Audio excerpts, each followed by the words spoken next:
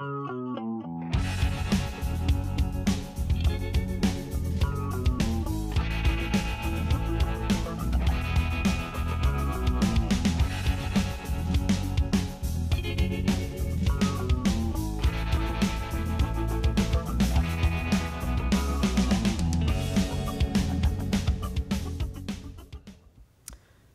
welcome back to Tea Time in Olympia. I'm Lucas Miller. And I'm Amy Layton. And we're here again, and this week we're going to be talking a little bit about some of the recent developments in Washington and in Washington State, and what they might mean for trans people in state and in the U.S. in general. Mm-hmm. And we're going to give you an update on the situation of Danny Askini, who was until recently executive director of the Gender Justice League in Seattle, and her struggle with asylum. Yeah. Yes. We'll fill you in on all the details of her struggle with asylum and with... And let you know what you can do to support her. Mm-hmm. So let's start with the national scene. As you know, we just finished our midterm elections, and we did manage to flip the House, mm-hmm. Which is encouraging. Yes, very encouraging. Yes, we have large numbers of women in national offices and state offices. Mm-hmm. Some historic firsts for LGBT people in this country as well, with our first out mayor or governor in Colorado. Yes. Mm-hmm. And and a couple of other LGBT people as well. Out trans woman, right? Yep, an out trans woman, I think, in Colorado. Oh yeah, in Colorado as well. Yes. Yeah. As well as two Native American women in Congress, mm-hmm. And a couple of Muslim women too, I believe. Mm-hmm. Yes. So these are encouraging signs. And Kim Davis didn't win her re-election, so yes. The lady who denied same-sex marriage certificates. In Tennessee, was it? I think it was Alabama. No, it was Kentucky. Or Kentucky. Yeah, Kentucky. Yeah. In Kentucky. Yes, one of those states. All right, so the Federal Department of Health and Human Services has leaked a memo saying that it wants to redefine the legal definition of sex for purposes, sex and gender, for the purposes of enforcing Title IX of the Civil Rights Act, which prohibits discrimination on the basis of sex, as it is currently worded. They now wish to narrowly define sex as one's assigned sex at birth, that is, one's genitalia or one's birth certificate as originally issued. Mm-hmm. Doesn't take into account really intersexed people. Exactly. And if it does, at points, it's just like, well, you know, we can't really do anything against them, so we're just going to kind of push it through as a case-by-case basis. Mm-hmm. Yeah, my understanding is that this came about because a group of doctors brought a case before a judge in Texas saying that since there was no exclusion in the Affordable Care Act allowing doctors to refuse to perform transition-related procedures or abortions if they had a religious objection to it, that the ACA's prohibition on discriminating against trans people or on the basis of sex violated their rights under the Religious Freedom Restoration Act. Okay. Yeah. That's a lot to take in. That's a lot to process, like... Basically, so when Obama passed the Affordable Care Act, mm-hmm. it was specifically, in the language that transgender people could not be discriminated against for the purposes of receiving care under the ACA. I remember that was really big. That was really, really big. Yes, it was huge. And, of course, we in Washington State, had that in place since 2006 when our civil rights law expanded to include sexual orientation and gender identity. Yes, but there were still issues with insurance companies that would still deny basic stuff like hormones and therapy and stuff like that they were then kind of forced to either provide or not do business in the state of Washington. Right. It has taken a little while for Washington Apple Health, for example, to kind of catch up to what the law actually means, and we'll talk a little bit more about that in a minute.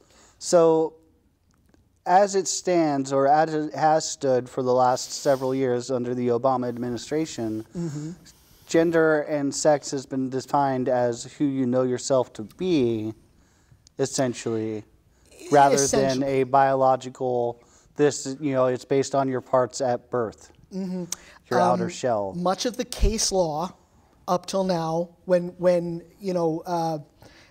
deciding how far the definition of sex under Title IX stretches, the case law has been in the direction of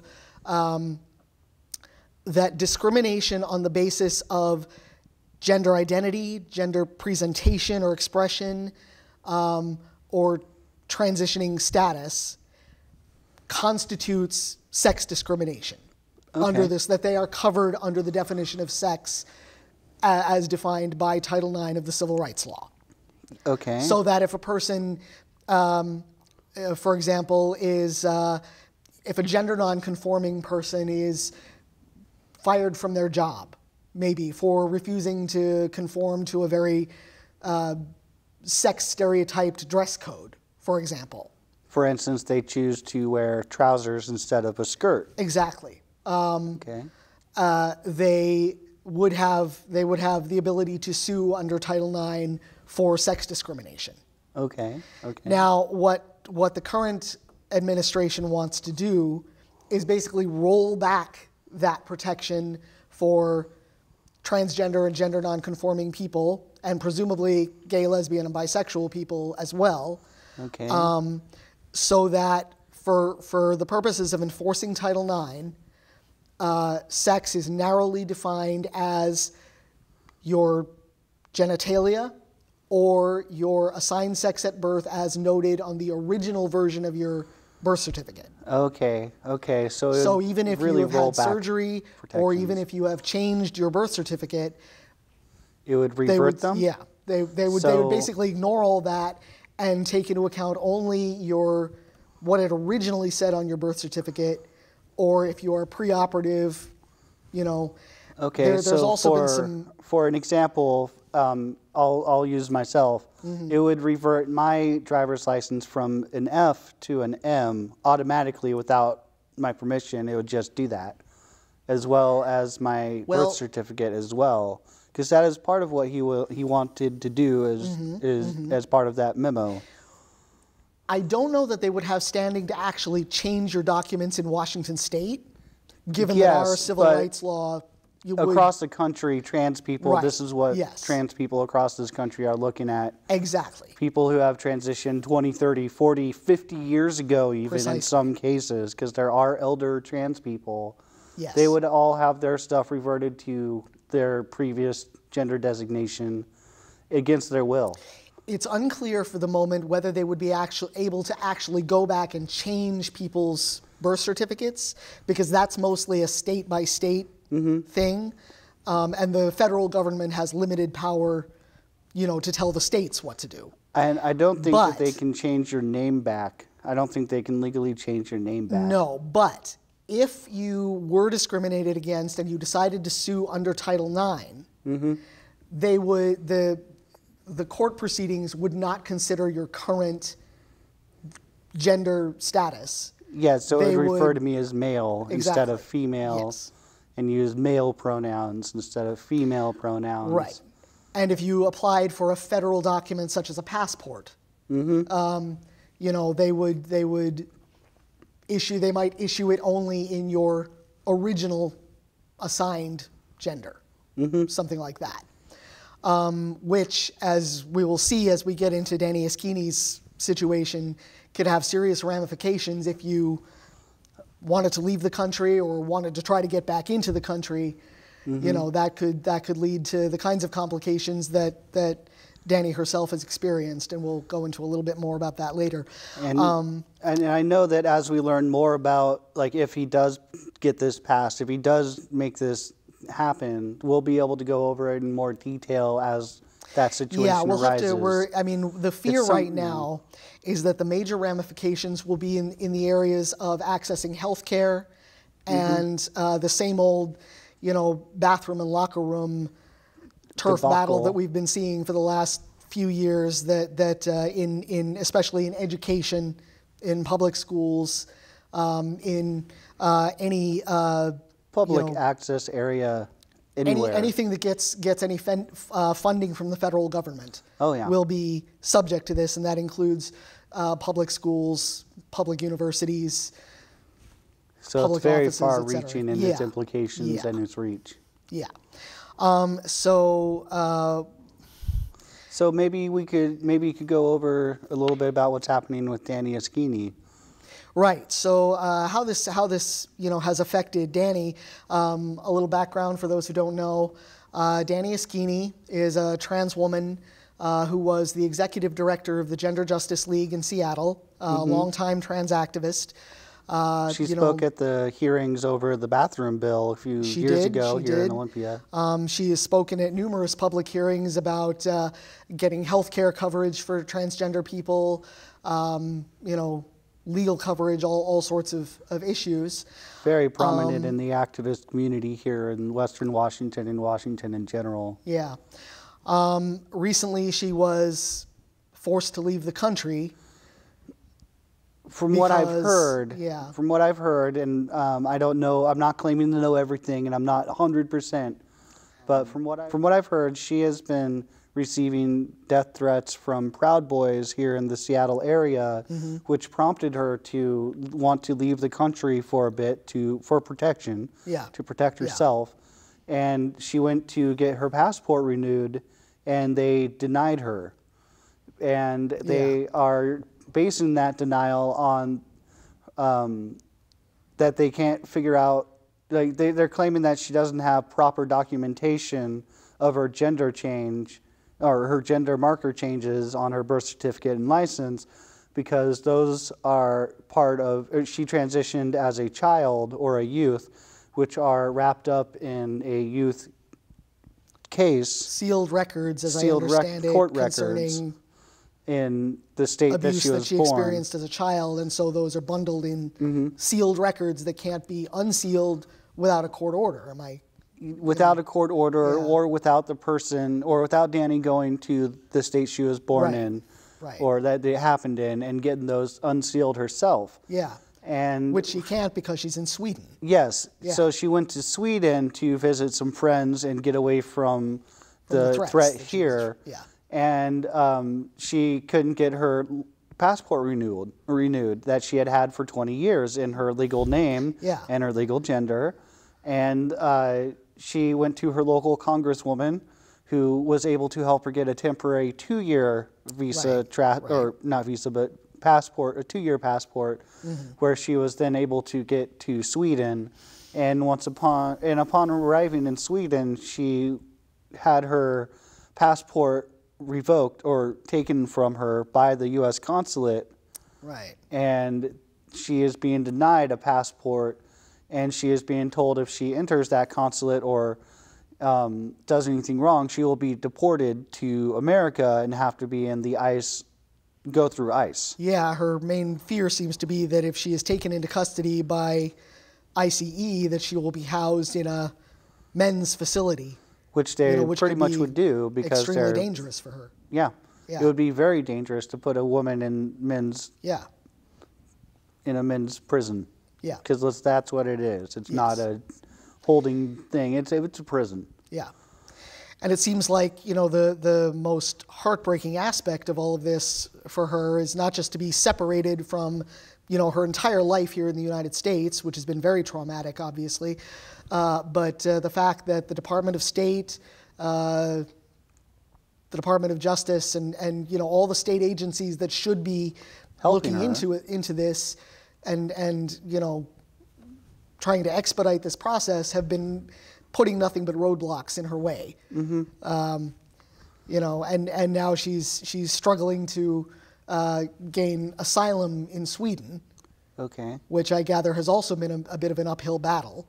From what I've heard, it has been. Yeah. It took a while. She applied for asylum and was denied.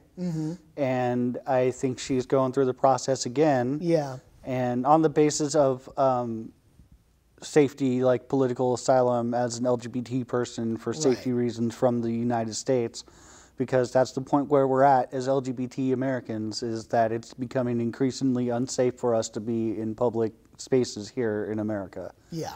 And she is trying to just be safe. She's just trying to survive. Yeah. And I really feel for her. I really do. Yeah. And because it's not just her that's going through the struggle, it's other people as well. It is, and it's just going to get worse if this rule change takes effect. Now, I'm still kind of crossing my fingers optimistically and hoping that it will not, because I mean, the preponderance of case law is against this. You know, the original memo said that the Department of Health and Human Services wanted a definition of sex that was based in science, among other things, but the preponderance of current science is against this as well. The idea that gender is strictly a function of genitalia. I recently heard this argument, and I thought it was a really good argument that I hadn't really considered. I mean, I've used it in various different ways, but not this particular wording. So if male and female is all genitalia, if that's all it is, then if you were to take the female brain out of a female and put it into a male body, would that make them male? I mean, how does it make your mind male? Yeah, no. And it kind of blows people's minds when they're like, huh, that makes a lot of sense. Yeah. It's not genitalia based. Right. It's not who you are. Well, now the really funny thing, well, I say funny, I mean, you know, it's one of those kind of if you don't laugh, you'll cry sort of funny. But they're also talking about if neither genitalia nor the originally issued birth certificate can resolve the question of a person's sex, then they resort to genetic testing. But nobody seems to know exactly what genetic testing would mean. Do they test your chromosomes? Because there are at least a dozen different chromosomal pairs. Yeah, that won't resolve anything. And as some scientists have pointed out, we don't actually know, you know, what to look for in the DNA that would differentiate a man from a woman. You know, I mean, there really is no genetic test. I mean, I know they've done brain scans on many different people to study what happens to is a trans person's brain more like the gender that they identify as.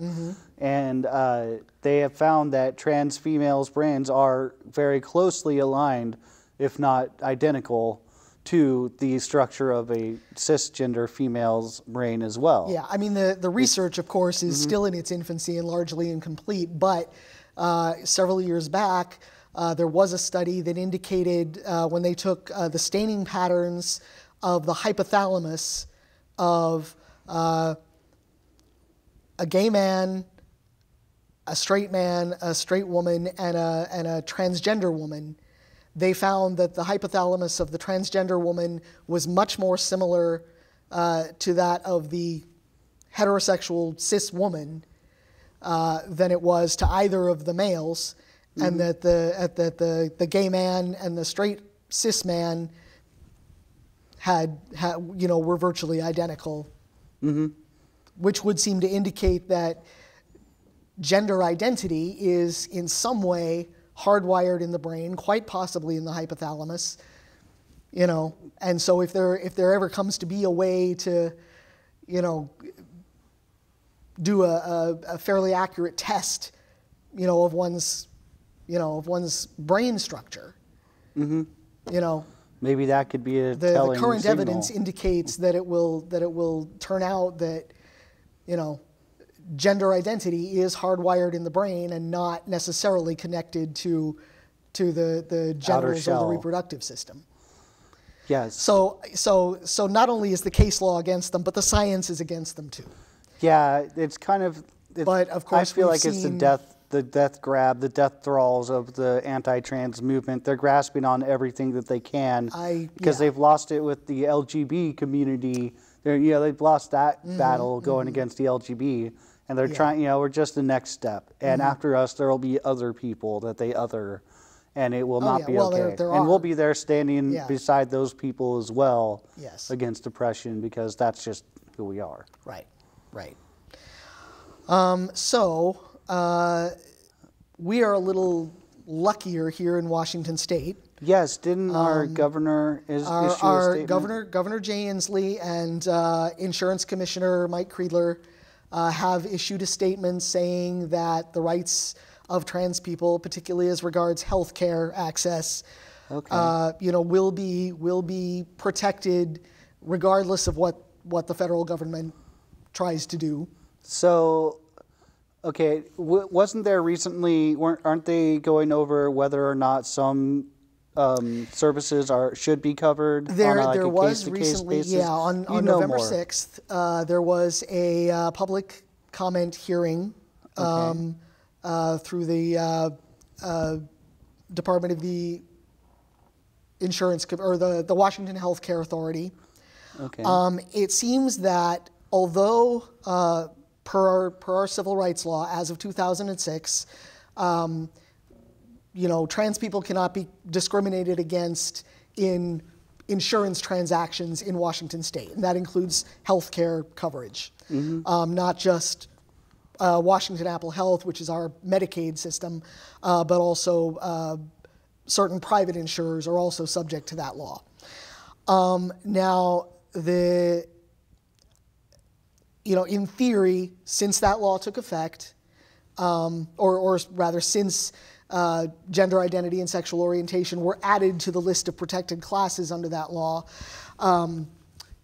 certain transition-related procedures and stuff like hormones, therapy, surgery, laser hair removal, top surgery. In some cases, I believe electrolysis has been covered. Okay. I know I have my laser hair removal and my therapy and my hormones and doctor's visits covered through Apple Health. Right. I mean, I know that the top surgery for trans men is covered. And trans females as well. I believe, from what I've read, breast augmentation for trans women was one of the question. We're not sure whether that can be covered. Okay. Because it's something that isn't necessarily always covered for cis women. That's true. And the rule generally is, if it's covered for a cis person, it has to be covered for a trans person. But since breast augmentation is typically considered cosmetic. I hate that word, cosmetic. Yeah. It's used as a barrier. But the other things that were the procedures that had been denied to some people included, in addition to breast augmentation, tracheal shaves. That's the throat with the Adam's apple. Yeah, that's when the Adam's apple is surgically reduced. I didn't have to have that. I had a little red dot that went away when I started taking hormones because the fat kind of went over it. Yeah. Also, facial feminization surgery. Which is another thing that not everybody needs, but some do. I feel like I need it, but I've been told I don't. So, well, I don't think you do, but it's really, that's kind of between the individual and their and their doctor. But voice therapy, I think, was also in question as to whether it was medically necessary and should be covered. So I think that voice therapy should be covered, honestly, as someone who has a super low voice, and it's very hard. Right. It's very, very hard to get your voice up here in a high pitch that you can comfortably hold. Yeah. And you need help. It took me several years to get my voice up this high. I'm just saying, I think that there should be some voice therapy covered. What I can't help but notice, and it's kind of interesting, is that most of these procedures that are under question as to whether they should be covered really apply to trans feminine people, trans women. It seems so. Yeah. It seems so. Because if they're covering mastectomies, then they should be covering breast augmentation. I think so. If they're covering hysterectomies, they should be covering orchiectomies. Well, I believe orchiectomies are covered. I know they are, because I had mine covered, but mine was also a cancer issue, so it was kind of 50-50. Yeah. With a lot of pain. Yeah. So it's I'm not sure exactly why that would be, except of course that I mean, obviously I don't need electrolysis. I don't need a breast augmentation. Oh, come on, I think you'd look good with boobs on your head. Well, you could wear a bra. No, I'm kidding. Remind me to tell you about the time I went to Annie Sprinkle's comedy show. Okay. Off camera. That's a story for another time. Sorry to disappoint. But yeah, it's interesting that the procedures that are being denied in some cases or approved only under the exception, part of the healthcare rules, are procedures that really only trans women would need. Because I mean, facial feminization. I've met some trans women who had some very male distinguished faces, because testosterone, as you go through puberty, testosterone and secondary characteristics, and first, all those, it can really play a number on some people. And while I don't personally necessarily need facial feminization, I think that it should be covered, because it is an incredible opportunity for somebody that needs it to be able to get it. Yeah. And it does help with dysphoria and the way people perceive you out in the public as well. I mean, I don't know. Maybe I'm just talking out my butt here, but I think it should be covered. If the purpose of it is to relieve severe dysphoria, that's a legitimate medical need, and that should be covered. I can only speak from personal experience, and I know that having my orchiectomy and having my hormones and being able to see a therapist did a great deal to relieve a great deal of my dysphoria. It helped me manage and get through stuff that I didn't realize I had to go through. Yeah. Because as trans people, we often feel like a lot of our issues are all transition related, when some of them just aren't transition related. I thought that a lot of my depression and anxiety was due to transition related things. And when I was able to transition, I found out that that wasn't the case. So I still needed therapy for a while to help me get through some things. And therapy is another area that I think there's some question about when and whether it will be covered. Oh, that's so sad. I have been told by my personal healthcare providers that when the time comes for me to get letters for bottom surgery, that I will have to for Washington Apple Health to cover it, I need to have I need to have one letter from my primary healthcare provider, and then I have to have 2 letters from 2 separate psychiatrists, which I personally think is ridiculous, but that's the rule they've set. But I've also been told that those visits to those psychiatrists to get those letters will be covered. Okay. Because I'm on the highest tier level of Washington Apple Health, because I have, no income, so they pretty much cover just about everything. So if they're telling me the truth, which I hope they are, those visits to the psychiatrist for the purpose of getting those letters will be covered. Okay, good. Because that's at least $50 to $100 at times. I know. Yeah. When you get $750 a month on Social Security, $50 is almost 1/10 of your entire monthly survival budget. Pretty much. Yeah. Especially when $500 rent is the standard, or around the standard for a room at places. I know. Yeah. It's hard to get by with that $50. That's low anymore. Yeah. So we're looking at some interesting developments here that are going to have far-reaching consequences for transgender people in Washington State and throughout the country. And I'm sure that as we learn more and as more stuff develops, that we'll be able to we'll come back and go over stuff again. Oh yeah, I'm sure this memo.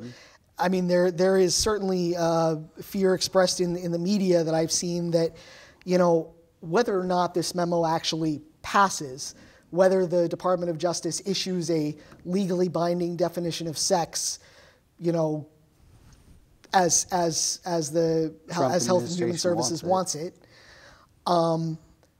it is certainly going to result in the short term in an increase of violence and hate crimes against transgender people. Especially in a time when hate crimes here in Washington have risen by at least 40% over the last year. Is it 40% here? At least 40%. Because I've heard it's like at least 20% nationwide. Yeah, but that may be nationwide, but I just read something from the Seattle Times today that stated that it was at least 40%. I don't know if it's like more closer to 50, but it is a stark rise. It is a noticeable definitive rise in the amount of hate crimes that have arisen over the last year versus the year before. Yeah, I'd be curious to know how that compares to the rise in other states, state by state. Well, yeah. But I mean, we all know why it's rising around this country. Well, yes, exactly. We all know it's because of that person in the White House who I can't call our we know it's because of president. I mean, to be fair, it's not just him, it's his staff, it's his base. It's the fact that the people feeling emboldened. Yeah, the GOP in general is basically being given permission, to behave violently towards people who who their ideology tells them is the enemy. And this with this whole memo thing that's been going on, I have to point out that to me, as someone who grew up in the 90s and grew up on a playground where gay kids were still beaten in the middle of the playground for being feminine or masculine, depending on who they were, that this time is a little bit different than the last bit of times that they've been anti-trans on stuff. This time I've noticed actual definitive people are saying, no, you are not putting them back. Like lots of cis people in this country have learned and understood that their trans family members are not going to go back. Yes. And as well as a lot of other trans people, 1.4 million of us will never go back. Oh yeah. Yeah, I think this is probably a good time to take a minute to shout out to our allies. Yes, thank you, allies, for everything. Who have, stood with us and stood up against the things that are being done to our community. It's not an easy task to stand in the face of oppression, especially when it's hurling bullets and bricks. Yes. But every moment is worth it, and every step forward is a step forward for everybody, not just us.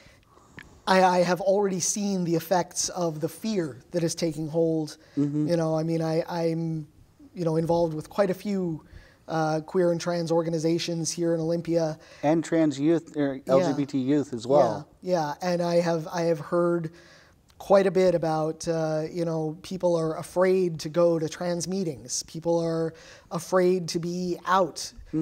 People are afraid to be openly trans in public or on social media.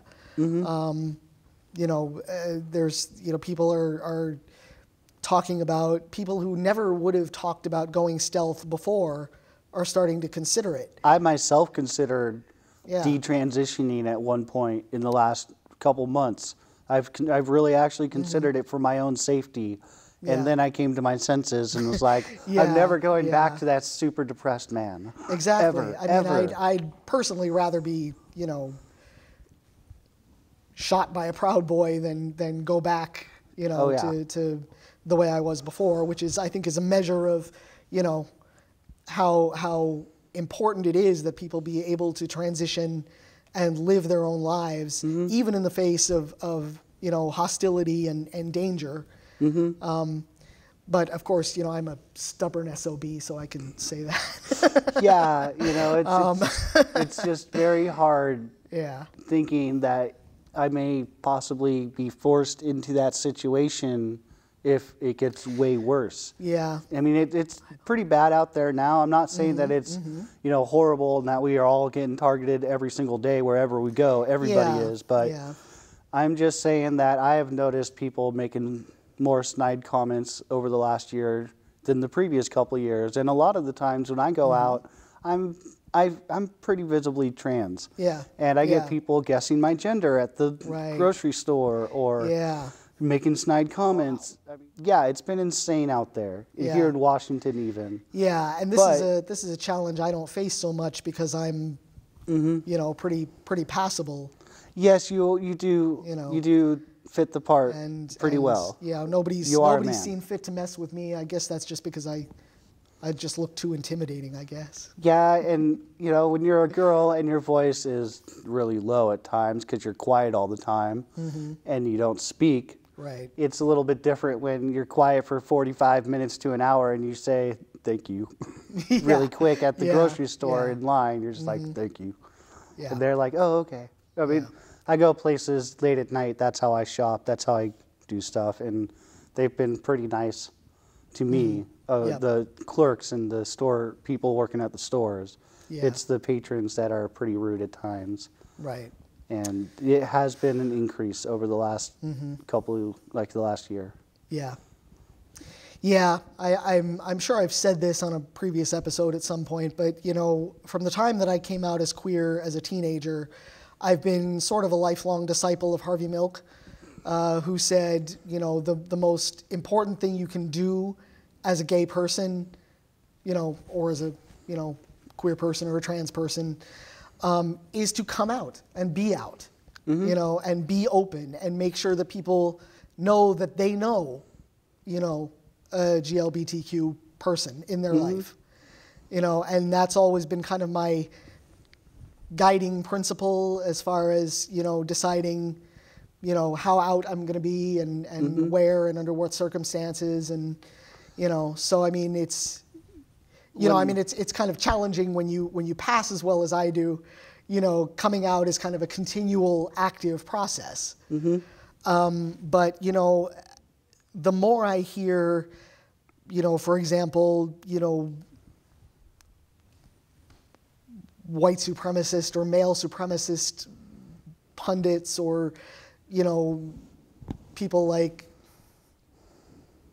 Trump or Jeff Sessions or whoever, you know, making these statements about, you know, how we're evil, we don't deserve human rights. Right, and so on and so forth. That just kind of pushes me further and further out of the closet door, you know, rather than back in. And I don't want to like criticize trans people who are making the decision to be less visible for their safety. We all make that decision for our own safety because of the reasons that we only know. Yeah, and I guess I'm sort of privileged to be in a position where I don't really have to worry that much. I mean, I don't have... For me, it's a matter of keeping a promise to my younger self. I made a promise to myself when I was a child, when I met my first LGBT person in my life that I knew was kind of like me, that if I was ever able to be myself, that I would never, ever go back, that I would be visible, because back then I didn't have anyone that I could look at in my life that was LGBT that I could honestly say was like me. Sure. And I'm visible for all the people that can't be visible. I'm visible for all the people that need to see that visibility in order to make that better help them understand themselves by questioning themselves and understanding themselves a little bit better through those answers and questions that they present. Exactly. All of us who grew up with a lack of healthy, visible role models, I think, are, you know, feel very moved to step into that role.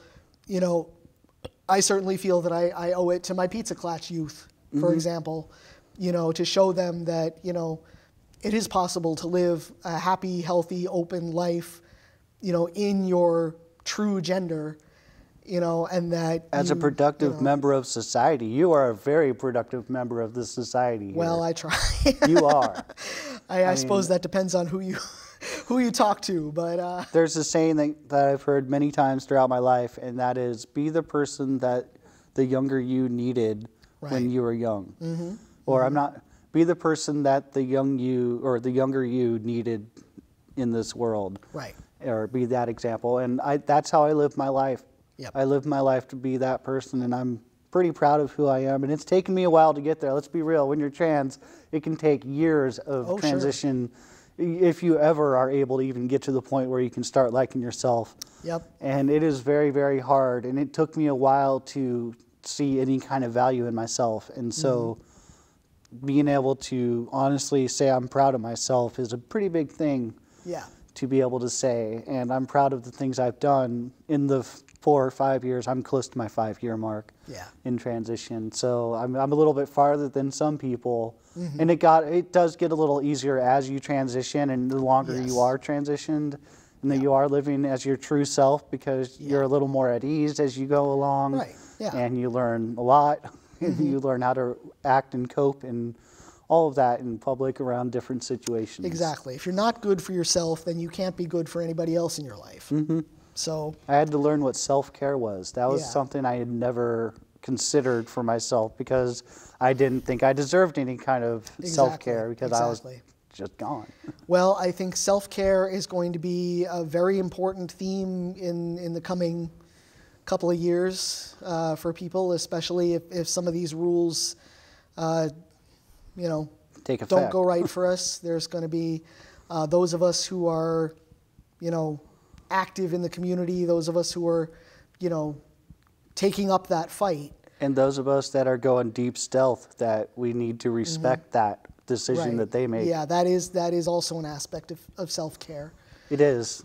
I know someone who heard of the memo and started going even more deep stealth than they had already been. They came out in the early 90s or early to mid 90s, and I mean, I only met them a few years ago, but they have been a little bit out ever since they felt a little freer in the country to do so. But as they travel the country a lot, they don't want to bring it up anymore. It's just now out of the mind. They don't even want to think about it. They are this gender, that person. You cannot even mention the other thing, and they'll deny it. Right. And more power to them, you know. Yeah. I mean, to be fair, people go stealth for different reasons. Not everybody can be visible. Not everybody can be stealth. Yeah. And that's the thing. It's on us who aren't stealth to make sure that those that are stealth have their rights respected as well. Precisely. And I got to say, I am white, and I use my white privilege, whatever privilege I have, to better whatever I can for trans people and all of us. Because trans rights don't only affect trans people, they affect everybody as well. Yeah, yeah. I found it interesting when I went online to look at developments for this year's Trans Day of Remembrance. I'm sure different websites have different lists of statistics, but one I looked at says that since January 1st, 2018, there have been 22 murders of transgender people in the United States. And of those, I think 16 were, like all but 2 were trans women or trans feminine. 16 of those were black, and 2 were Latina, I think. Yes, more people of color have been killed this year for being trans than there was last year or the year before or the year before. It's growing bigger every year, and it needs to stop. Yeah. It needs to stop. And this, these developments are not going to help. They're going to, I'm afraid that we're going to see that list get longer before it gets shorter. The only hope, the only gleaming hope is that it's just a couple more years until we can get someone that can right the ship. I sure hope so. I sure hope so. I sure hope that flipping the house has been just the first chapter in bringing this country back to what it should be. What it needs to be. Yeah. I mean, although I guess that could be said about what's going on now, that we needed to be at this point in order to see where we needed to go. because we had an idea of where we needed to go, and that clearly wasn't where we were headed. I've said it before, we got very spoiled under the Obama administration. We were treated like actual people for a while, and it got intoxicating. It was like really nice for a while. It was very nice. And while I can't say that I agree with everything that Obama did while he was in office, I still say he's the best president that this country has had in my memory. Mm-hmm. And I'm just old enough to remember when Nixon resigned, if that gives you a clue. Oh, I don't remember that because I was born in the mid-'80s. Yeah. I was born the year after Back to the Future came out. Right. Yeah. Well, you were born during the Reagan administration. Mm-hmm. Yeah. Which wasn't a safe time for LGBT people then either. No. Okay. Well, thank you very much for joining us on this episode of Tea Time in Olympia. I'm Luke Miller. And I'm Amy Layton. And thank you for being with us. And have a wonderful evening.